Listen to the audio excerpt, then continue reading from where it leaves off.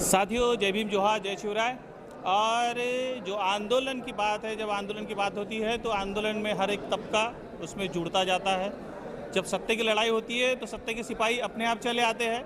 और आज आप देख सकते हैं कि यहाँ जिस तरह से नागपुर के धरती पर किसानों का आंदोलन हो रहा है और इसको सपोर्ट करने के लिए यहाँ कुछ सिख भाई आए हुए हैं। जानते हैं क्या मकसद है। परिचय बताइए आपका।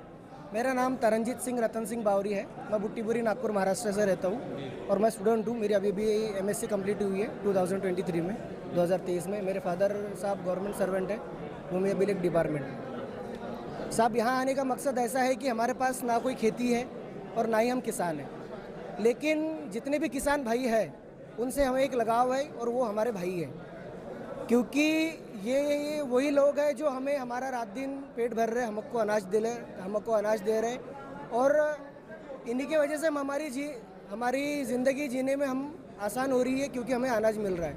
और यही हमारे किसान भाई आज अगर कर्जे की वजह से फांसी लगा के अपनी जान दे रहे हैं, कर्जे की वजह से ये अगर अपनी जान गंवा रहे तो ये हमें अच्छा नहीं लग रहा है। हम बच्चू सर के साथ 2-3 दिन से है, हमारे बच्चू भाऊ कड़ू के साथ हम 2-3 दिन से साथ में हैं। हम मोर्चे में भी साथ में थे। हम कल जो अपना स्थान था खापरी में, जो आज लोकेशन चेंज हुआ है, हम वहाँ पर भी थे। और हमारा एक ही कहना है कि बच्चू भाई आप आगे बढ़ो, हम आपके साथ हैं। आप जो करोगे, जहाँ जाओगे, हम आपके साथ रहेंगे। और कर्जा माफ़ी हुए बगैर हम यहाँ से हिलेंगे नहीं, चाहे वो कितने भी दिन लगो, कितने भी महीने लगो। कर्जा माफ़ी हम कराएंगे, हम हमारा 7 द्वारा कोरा कराएंगे, क्योंकि उसकी हमें बहुत आवश्यकता है और सबसे ज़्यादा किसानों को ही आवश्यकता है और उनके साथ हम खड़े हैं। पंजाब में भी हमने आंदोलन किया है, तो पंजाब में 13 महीने लगे हैं, तब जाके हमें हमारा यश मिला है। तो हमें यहाँ शायद 13 महीने ना लगे या लगे भी, तो हमें उसकी तैयारी करनी चाहिए और हम उस तैयारी से रहने चाहिए। एक बार हम हमारे घर से कफन बांध के निकल चुके हैं तो बस निकल चुके हैं। जब तक हमें हमारा यश मिलेगा नहीं, तब तक हम हमारे घर पे वापस लौटेंगे नहीं। और सरकार से हमारी एक ही मांग है कि हमारे किसानों की कर्ज माफ़ी होनी चाहिए, मतलब होनी चाहिए। और तब तक हम बच्चू भैया के साथ हैं, तब तक हम लड़ेंगे साथ में। बोले सोनिहाल, बच्चू भैया आगे बढ़ो, हम तुम्हारे साथ हैं। जय जवान जय किसान। एक सवाल है आप लोगों से कि जिस तरह से आप भगत सिंह की आज टी शर्ट पहन के आए हैं, भगत सिंह जी का भी एक नारा था कि जो क्रांति, इंकलाब के सिवाय जिंदाबाद को जो नारा था उनका वाला, तो उनका कहना था कि क्रांति जो है वो शांति से नहीं आएगी। हाँ। उसके लिए क्रांति करने की जो आवश्यकता है। तो आज के युवाओं को आप क्या संदेश देना चाहेंगे? क्रांति ऐसे होती है जो समय देख के होती है। वैसे तो हम डॉक्टर बाबा साहेब अम्बेडकर की विचारधाराओं पे चलने वाले लोग हैं, लेकिन हम खून भी शिवाजी महाराज और गुरु गोविंद सिंह जी महाराज का है। जब जब हमें लगेगा कि हमें शस्त्र उठाने चाहिए तो हम शस्त्र उठाते हैं, जब जब हमें लगता है कि हमें कलम उठानी चाहिए तब हम कलम उठाते हैं। और हमने हमारे कार्य करने में जो रास्ता और जो दिशा हमें सही लगती है हम वो अपनाते हैं और वो हम उस पर हम फतेह भी दिलाते हैं, उस पर हम जीतते भी हैं। तो जिस समय पर जो रास्ता हमें अच्छा लगता है, शांति और सरकार को क्या कहना चाहेंगे? सरकार को यही कहना चाहता हूँ कि ये किसान भाई भी कोई अलग नहीं है, ये भी आप ही के हैं, ये भी आप ही के हैं। आप जो अनाज खा रहे हो घर में बैठकर, यही किसान है जो अनाज उगा रहे हो। आप भली आज आपने इन लोगों पर ध्यान देना चाहिए, क्योंकि एसी के रूम में बैठकर पूरा देश चलाने से अच्छा है यहाँ पे रोडों पे काश्तकार जब सो रहे, रोडों पे काश्तकार हमारे किसान लोग जब खाना बना के खा रहे, तो इनकी दिशा, इनकी समस्या आपने सुननी चाहिए। और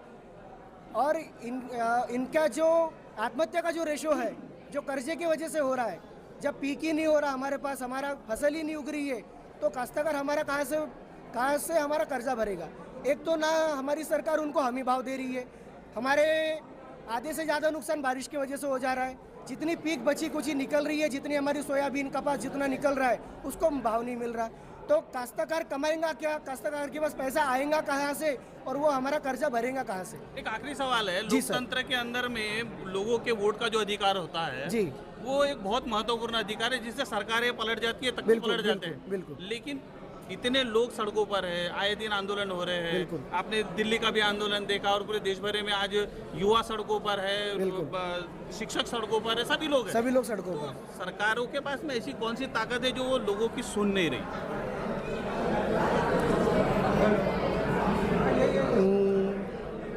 नहीं सर, इसका जवाब तो मैं नहीं दे सकता हूँ आपको, फिलहाल मैं किसान आंदोलन के लिए आया हूँ। मैं किसानों के बारे में बोलूँगा। आपको किसानों से रिलेटेड अगर कोई सवाल करने हैं तो आप पूछिए।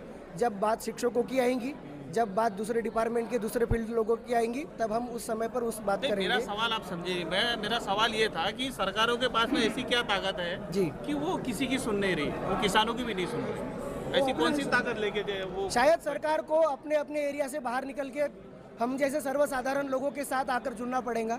हमारी समस्याएं घर घर जाके पूछनी पड़ेंगी। जैसे हमारे बच्चू भाऊ कड़ू है, वो उनका स्वभाव ऐसा है कि वो हर किसानों के दरवाजे पर जाते हैं। वो हर किसानों के दरवाजे पर जाके उनका हाल पूछते हैं। उन्हें क्या लगता है, क्या नहीं लगता, उन्हें किस चीज़ की ज़रूरत है। ये हमारे बच्चू भाऊ कड़ू साहब का नेचर है, ये उनका स्वभाव है जो वो पूछते हैं। ऐसा हर सरकार को, ऐसा हर उस नेता को, ऐसा हर उस आमदार को, खासदार को, मंत्री को, उप मुख्यमंत्री को ये समझना पड़ेगा कि हमें घर घर जाके दरवाजे दरवाजे तक उस किसान की, उस रोजगार करने वाले इंसान की, उसको जाके पूछने की ज़रूरत है कि आपको किस चीज़ की ज़रूरत है। तब जाके सरकार को पता चलेगा कि हमें इसी चीज़ की ज़रूरत है और इन लोगों की ये समस्या है जो हमें सॉल्व करनी चाहिए। कभी कभी ऐसा होता है कि बहुत से लोग होते हैं कि शायद केंद्र तक जाने के लिए डरते हैं, चाहे शायद अपने मंत्रालय तक जाने के लिए डरते हैं। किसी ऐसे भी लोग हैं जो आमदार खासदार साहब के कैबिन में जाने तक डरते हैं और अपनी समस्याएं बताने तक डरते हैं। तो इस समय ऐसा होना चाहिए कि हमारे नेताओं ने घर घर जाकर, दरवाजे दरवाजे तक जाकर हम सभी की समस्या सुननी चाहिए और उन्हें अमल में लाके उनके ऊपर काम करना चाहिए। तो शायद हम जैसे सर्वसाधारण इंसानों को उस समस्याओं का सामना नहीं करना पड़ेगा। शुक्रिया। तो साथियों, देखा आपने किस तरह से जो किसान आंदोलन है, किसान आंदोलन के साथ में जो है वो सरदार भाई भी यहाँ पर में खड़े हैं और पूरे ताकत के साथ में खड़े हैं। और जिस तरह से इस देश में हालात बने हुए हैं कि आज किसानों को भी सड़कों पे आना पड़ रहा है, विद्यार्थियों को भी सड़कों पे आना पड़ रहा है। ऐसी कौन सी ताकत है जो सरकार को झुकने पे मजबूर नहीं कर पा रही है इस लोकतंत्र में होते हुए भी? ये तो आने वाला वक्त बताएगा। आप हमारे साथ में बने रहिएगा। शुक्रिया, धन्यवाद।